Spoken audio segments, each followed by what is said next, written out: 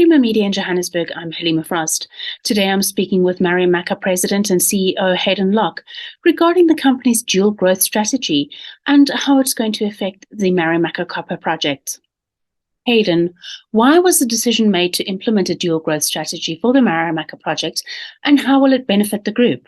It's a function of geological prospectivity, but also a desire and a recognition that as a junior company with no cash flow, accelerating your path to cash flow is beneficial for your current shareholders. And so we really wanted to make sure that we weren't spending too long trying to discover the biggest resource in the world when the reality is to get the investors their return, which is all important in terms of attracting new money into the industry. We need to be able to get to a position where we're cash flowing. So we're recognising that we have a great asset as it currently stands. We think that there's an enormous amount of geological prospectivity that is as yet unexplored and untapped, but we really want to get to a position where we're actually producing copper and therefore giving that return to our shareholders. What challenges face junior miners in South America, and how does Marimaca plan on mitigating these challenges?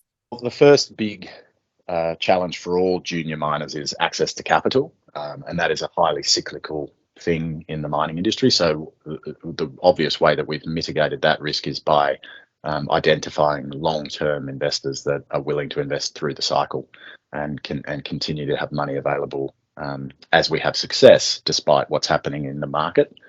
I think focused more on South America as a general jurisdiction. Obviously with all mining jurisdictions, there's a lot of noise around geopolitical risk, and that's a more challenging thing to manage because you are, to a certain degree, at the whim of the decision making at a governmental level. Chile is an amazing jurisdiction, so we probably don't face as many issues in Chile as many of the other South American jurisdictions. But one of the biggest risks for all mining companies, but specifically in Chile, is access to water and the use of water in the mining industry, but also developing a more sustainable mining operation, so something that is cognizant of its environmental impact and therefore mitigating and managing those risks as best you possibly can to ensure that the long-term benefits are felt by all of the stakeholders.